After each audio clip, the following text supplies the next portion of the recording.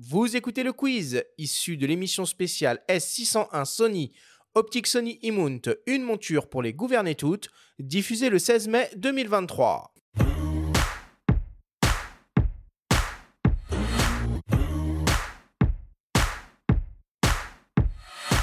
Messieurs, le principe du quiz est très simple. Nous avons reçu des questions de la part de nos auditeurs qu'ils vous ont posées via notre compte Instagram, en lien ou non avec le sujet de cette émission. Nous en avons sélectionné quelques-unes et vous allez avoir seulement 30 secondes et pas une de plus pour tenter d'y répondre le plus clairement possible. Messieurs, avez-vous bien compris la consigne ? Tout à fait.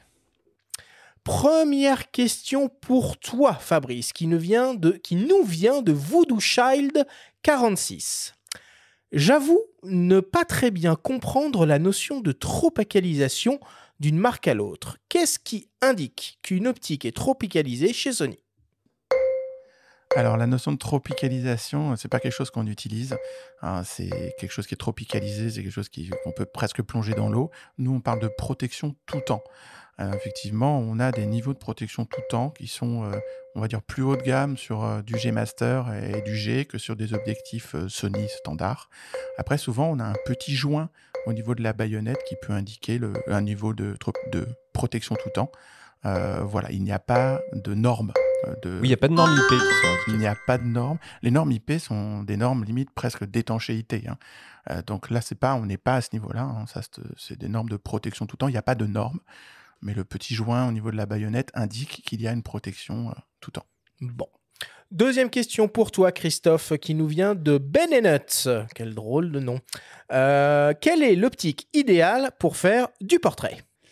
Alors, Ben & Nuts, pour l'optique principale pour moi, pour le portrait, ça serait le 135 mm. Mais vraiment, c'est un choix extrêmement personnel parce que moi, j'aime ne pas être trop près des gens. Voilà, donc le 135 mm me concernant, Ben & Nuts.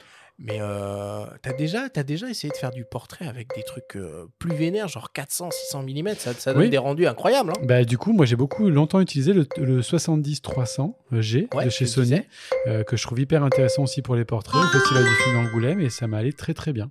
Bon. C'est hyper intéressant, on parle de ça depuis tout à l'heure sur l'objectif fétiche de Christophe qui est le 135. Je pense que pour le portrait, moi je suis un fan de portrait, même sans être photographe professionnel. Le choix de la focale va dépendre de la distance à laquelle vous vous sentez bien vis-à-vis du sujet que vous photographiez.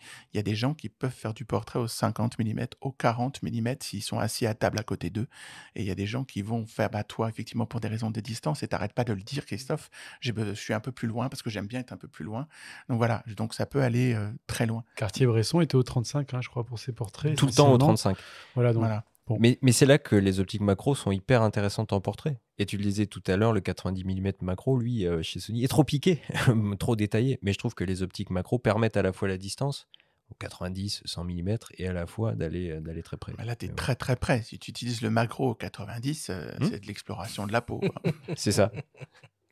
Troisième question pour toi, Fabrice, qui nous vient de Sylvie. Vous parlez d'optique, mais moi j'aime les bridges, qui ont des super zooms intégrés tout en un. Est-ce que de nouveaux produits bridge sortiront un jour ? Alors, c'est une très très bonne question. C'est vrai que le RX10 Mark IV, qui est en gamme chez nous, va du 24 au 600 mm en une seule optique, et d'ailleurs de qualité exceptionnelle, en capteur 1 pouce. Aujourd'hui, j'ai pas d'informations sur ce qui va sortir demain, mais aujourd'hui, c'est un appareil, un bridge qu'on vend énormément en photo de voyage, en photo animalière. C'est le RX10 Mark IV, donc continuez à l'utiliser, il est extrêmement bien. Ouais, il a un capteur empilé, je crois, comme l'Alpha 9. C'est sorti en même temps. Alors, tous nos boîtiers compact expert, y compris le RX10 Mark IV, les RX100, ZV1, ont des capteurs 1 pouce qui sont tous stack empilés. Donc, ça veut dire qu'il n'y a plus de mécanique et ça va très très vite. Même technologie que la 9 avec l'Alpha One.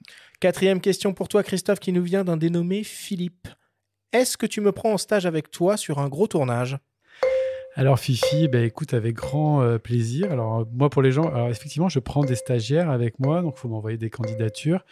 Là, c'est un peu exceptionnel avec ce qu'on a vécu avec le Covid. On est plutôt les prods sont encore un petit peu ont encore un petit peu peur. Donc c'est vrai que pour l'instant c'est un petit peu refusé, mais quand tout ça se sera bien tassé, je pense que ça devrait revenir à la normale.